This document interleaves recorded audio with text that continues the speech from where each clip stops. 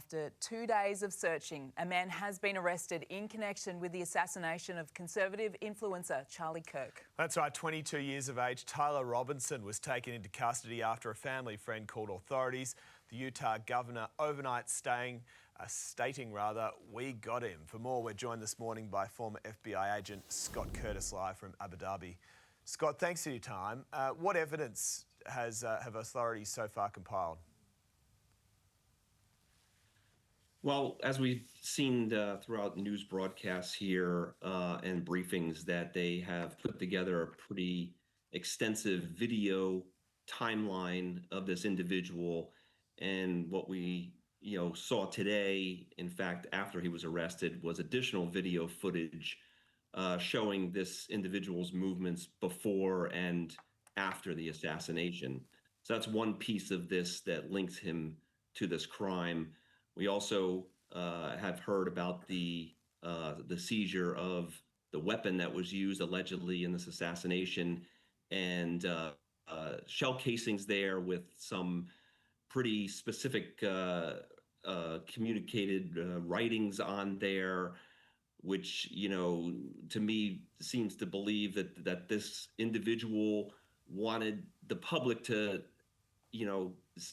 see how he was justifying his actions here. We also have some chat messages from this Discord application there that individuals use to communicate, where he tried to elicit a friend of his to get involved to collect that weapon in the wooded area outside the university there, because he realized, I guess, as he was making his escape there, that he could no longer carry that with him, and was hoping his friend would get involved. And luckily, the friend made the decision not to, as we saw in the Boston Marathon case several years ago, where friends of those perpetrators in that case there got involved and then lied to the FBI about their involvement, and they ended up getting prosecuted in that case. What do we know, Scott, about his family? Because I understand that his family also provided some information on his behaviour leading up to the assassination. So what do we know about his family? I understand that they are a strong Republican family.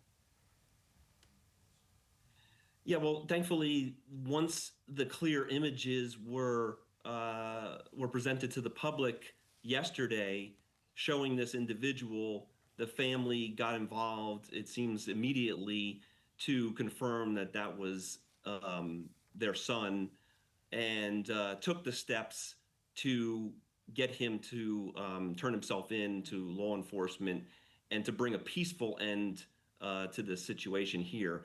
We also have learned that some family members had observed and overheard a change in his behavior in the last couple years.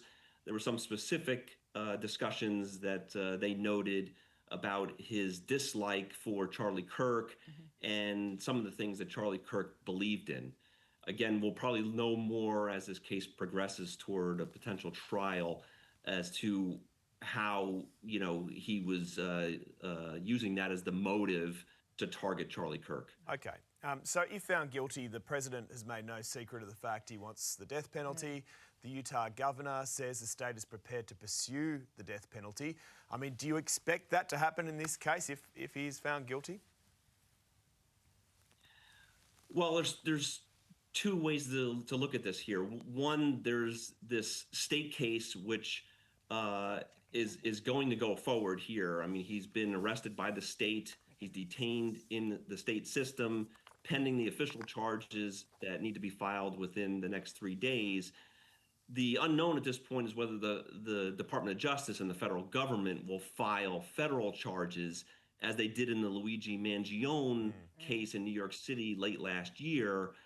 And the federal government can also try to apply a death penalty charge against this individual here. So it'll be interesting to see, will there be a parallel track in prosecutions here, the state and the federal government, or will the federal government defer to the state considering that the state of Utah does have a death penalty there that they can use against this individual. We are talking to former FBI agent Scott Curtis. Scott, just quickly and finally, political violence is escalating in the US. The threat of assassination feels like it is hanging over the head of any controversial figure. How can people like Charlie Kirk, people of similar political strength, how can they appear in public locations and ensure that they are safe? That's a very loaded question there, and that's going to require a lot of involvement by a lot of people in a lot of different ways to, number one, diffuse the anger and animosity and hatred toward other people because of their beliefs and their views. And it's also going to involve people that are in the public spotlight, public officials here, taking the necessary steps to have adequate security and to do constant risk analysis and risk assessment there of potential threats against them. Yeah. Look, it was a shocking moment. We are feeling for Charlie Kirk's family, and thanks for your time this morning, Scott Curtis. Thank you. Well, coming up.